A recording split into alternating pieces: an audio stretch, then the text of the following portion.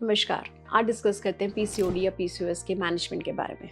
तो पीसीओडी या पीसीओएस बहुत ही कॉमन कंडीशन है और आजकल more than 50% of the patients in OPD are pertaining to these categories. और पीसीओडी और पीसीओएस की फीमेल्स कुछ यंग गर्ल्स आती हैं जो ओबेसिटी से परेशान है, अपने इरेगुलर मेंसेस से परेशान है। जो यंग अडल्ट्स हैं वो या तो कंसेप्शन में प्रॉब्लम है या अपने इरेगुलर मेंसेस या हैवी मेंसेस या डिलेड मेंसेस से परेशान है, और ये कंडीशन कभी कभी 40s में भी देखी जा सकती है। सो क्या है इसका ट्रीटमेंट, कैसे इस पे आप कॉन्कर कर सकते हैं, जानेंगे इसके बारे में।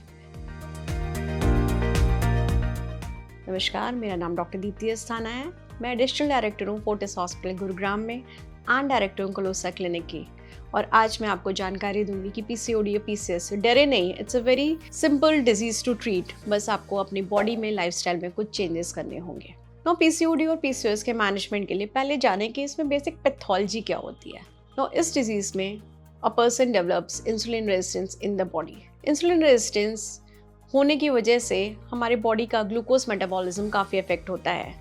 Now insulin is the main hormone which helps in glucose metabolism. So अगर insulin resistance बॉडी में आ गया, so insulin जितनी भी प्रोड्यूस हो रही है वो फिर एक्सेस अमाउंट में हो जाएगी, but body will not be able to utilize it. As a result हमारी बॉडी का ग्लूकोज भी इंक्रीज होता जाएगा, एंड ग्लूकोज इंक्रीज होने से फिर अल्टीमेटली ये फैट में कन्वर्ट तो होगा ही, and in the long run patients can be prone to diabetes mellitus and other chronic conditions. No, इन सब बातों से हमें ये सीख लेनी चाहिए कि हमारी बॉडी में अगर एक्सेस ग्लूकोज पहले से ही है, so we should avoid anything which is releasing glucose in excess या बहुत ही जल्दी रिलीज करता है, जैसे कि हमारे हाई ग्लाइसेमिक इंडेक्स के फूड्स होते हैं, विच कुड बी कॉर्नफ्लेक्स लोग ब्रेकफास्ट में बहुत प्रेफर करते हैं, बट नोबडी नोज कि it is a food which causes sudden increase in sugar and it should be avoided in PCOD patients. Number 2, all the sweet fruits should be avoided. जो भी बहुत ही मीठे fruits हैं, you should avoid those or take in moderation. All the bakery food should be avoided. Pizza should be avoided. Burger should be avoided. जितने भी high carbs food हैं वो आपको avoid करने हैं। Carbs quantity बहुत ही कम रखनी है and good carbs you should take. Fat भी बहुत कम कर देना है, good fat you should take. Sugars को बिल्कुल minimal रखना है। फाइबर्स इंक्रीज करो, आप अपने फूड में सैलड्स को इंक्रीज करो। सैलड्स, बीन सैलड हो गया, स्प्राउट्स हो गए, those can be increase so that आपका प्रोटीन इंटेक बढ़े and which will help you in muscle growth. अगर आप बहुत ही ओबीस हैं, अपना आटा चेंज करके भी आप देख सकते हैं। रोज आपको वीट लेने की जगह आप कुछ दिन रागी आटा, सोया आटा या फिर एमरंथस, बाजरा, मिलेट्स जो हम अदर्स बोलते हैं, उनको आप ट्राई कर सकते हो। आप राइस पसंद करते हो तो please change your white rice into red rice और ब्राउन राइस और quinoas. So these are the little modifications which you can do, जिससे कि आपका शुगर लेवल थोड़ा मेंटेन रहेगा।